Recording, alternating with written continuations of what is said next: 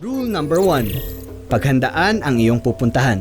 Yung mga kailangan po nating i-research, syempre una po yung mismong trail ng bundok, kung meron po ba siyang established na trail at kung meron po bang mas malapit na jump off po sa inyo para at least alam nyo po yung logistics din kung paano papunta dun sa bundok. Kailangan din po natin i-search yung weather para if ever alam natin kung paano yun sa preparation natin. And of course, dapat i-ready yung magiging outfit natin.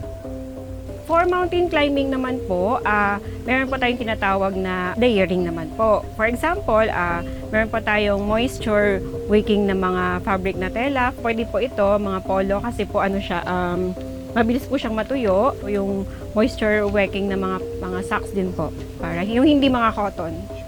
And then sa shoes naman po, dapat mga trail shoes or mga trail boots po yung kailangan. Hindi po tayo pwedeng magsuot ng mga pang-run lang na mga shoes or mga pang-forma na shoes. Rule number 2. Huwag iistorbohin yung mga hayop na nakatira sa bundok at respetuhin ang kapaligiran nila. Hindi po sila pwedeng pakainin ng kahit ano, hindi sila pwedeng lapitan, hindi rin po sila pwedeng gambalain. Hayaan lang po natin sila. Rule number 3. Huwag mag-iwan ng kalat. Wala po tayo dapat iiwan sa bundok. Lahat po ng pagkain na dinadala natin or anything po na dinadala sa bundok, ibababa rin po siya natin, iuwi din po natin.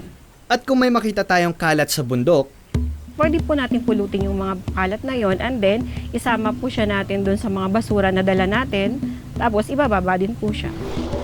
hindi lang sa mountain climbing pwedeng i-practice itong leave no trace rule.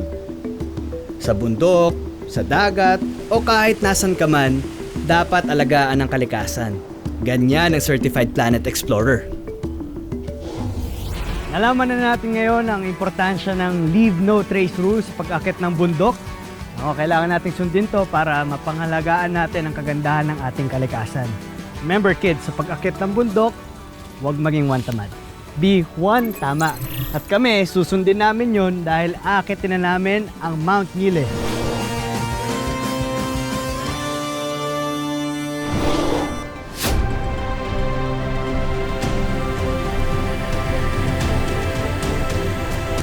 Kompleto na mga explorers na aakyat ng Mount Nile. Kasama natin ang Tarlac Mountaineering Club. And of course, may mga bago tayong kasama ngayon. Ang ating mga local tour guides na si Kuya Rocky. Kuya Rocky.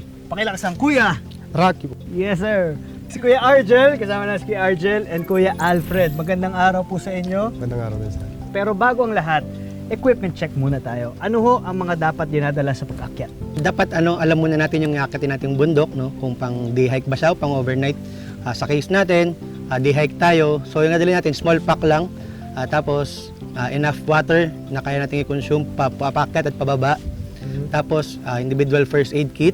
Dapat importante yan. At kung meron tayong personal medications, raincoat if ever umulan, rain gears, and also extra clothes pampalit pagbaba natin. At least after natin umakyat, nakapagpalit na tayo. Para hindi magkasakit. Yes. Kung gusto nyong extra protection sa araw, pwedeng sombrero, pwedeng salamin.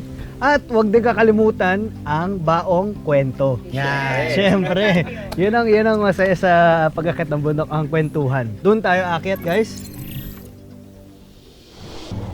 Matarik at siksik sa mga matitinik na halaman yung maraming areas ng Mount Nile. At dahil hindi pa ito masyadong pinupuntahan ng mga lokal at turistang trekkers, wala pang permanenteng trail na laging nadadaanan. But don't worry explorers, sabi ng mga tour guides namin, itong trail daw na ito yung easiest route para maakyat yung tuktok ng bundok.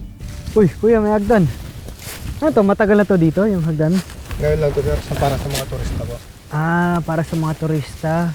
Sino gumawa nito? Po kami po sir, tapos yung kapatid ko po, saka yung mga bayo sir. Mga ilang araw po gawin? Halos mga conference sir, 2 weeks. Lang yun? Hanggang sa taas po. Lahat na yun, 2 weeks. Galing mo kuya, lakas mo.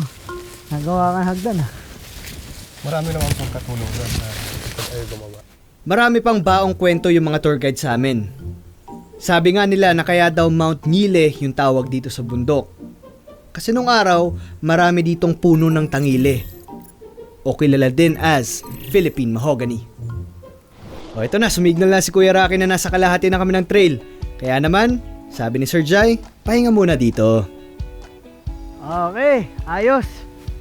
Magandang spot to para mag-regenerate ng ating HP or health points.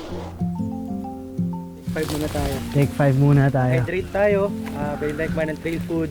And ayun, pahinga lang para mamaya pag nag-assault tayo sa summit, may lakas tayo ulit. Aba, mukhang maraming baong candies at gelatin si Ma'am Daisy. Sabi nila, okay daw ito pampawi ng gutom. Bakit kaya?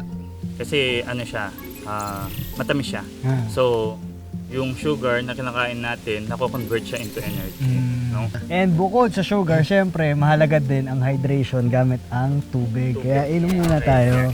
Chillax lang muna kami dito, explorers. At habang nagchichillax, kwentuhan muna. Anong meron sa grupo na wala sa solo hike? Trusted namin yung individual members namin. So kaya namin parang pagkatiwala yung buhay namin sa kanila sa bundok. So kayo po palagi ang ano, no? Yes, may mga ibang members din. In addition siguro, Interlac Mountaineering Club, we practice yung, kung familiar po kayo dun sa climb organization, so meron pong master ng trail, which is yung mga guide. Then meron kaming yung nasa front, Team leader. tapos yung team leader, meron po kami yung scribe, yung taga-document, meron po kaming medic, meron kaming yung sweeper or yung nando sa pinaka likod. So all in all, we climb as a team. Tsaka pinaka-importanteng part din ng climb sa amin sa group, yung contact person. If ever may mangyari, willing silang puntahan kami to support. Pero importante din po, makipag-coordinate tayo before tayo umakyat. Kasi allow nila tayo or hindi, parang gano'n. Galing pag umakit kayo, very systemized. Na-try nyo na po ba magsama ng ng mga bata sa hike? Kamusta ho? Nag-enjoy naman siya, gusto pa nga niya umulit. Ilang taon po siya? Bali nung time na yung 7 years old siya. Ako, pagkakaalala ko, parang 7 years old din ata ako, or 9, nung umakyat po ako ng Daguldol sa Batangas. Yun yung pinakauna ko. Overnight din yun. Tapos yun, sunod-sunod na kasi na-enjoy ko rin siya, minahal ko rin yung hiking. Ano ang takeaway or matututunan ng mga bata or mga tao in general once natuto silang umakyat? Yung paano kang mag-enjoy sa buhay habang bata ka pa, tsaka yung respect sa nature. Yung takeaway natin sa mountaineering o sa hiking, no? Self-discipline, yung patience, pwede natin siyang i-apply dun sa outside hiking kahit sa mga ibang buhay na ginagawa natin sa buhay natin, mga personal life. Ako naman, dadagdag ko lang, ang buhay ay parang hike. Kasi mahirap, di ba? Matarik, may ups and downs, may nadadapa, may nasusugatan. Pero once nakarating ka sa destination, which is yung sa summit, parang doon mo marirealize na worth it lahat ng pagod. Kasi ang ganda ng tanawin, andun yung reward kumbaga. Yun parang ang dami mo natutunan sa buong journey mo sa buhay. So pagdating mo ng summit, buo ka as a person and ang dami ka natutunan, di ba? Napasarap yung kwentuhan namin. Pero wait, kailangan pa namin tapusin yung mission 2 of course. Kaya explorers, tara, akyat ulit tayo.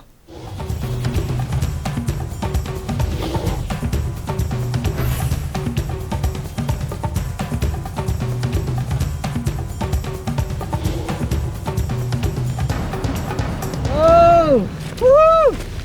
Finally, narating na natin ang summit ng Mount Gile. Grabe, ang ganda ng view.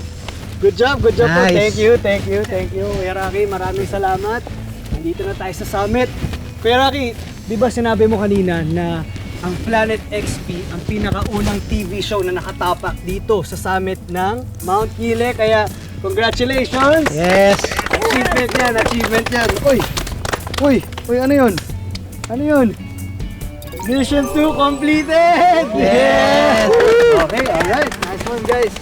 Pahinga lang tayo konti dito sa summit dahil mamaya-maya pupuntahan natin ang Mission 3 at tanaw na natin mula dito ang ating next destination, yung ilog na yon. Kita nyo? Mamaya, puntahan natin yan. Pero pahinga muna tayo. Picture tayo. Everybody say Planet XP. 1, 2, 3, go! Planet XP!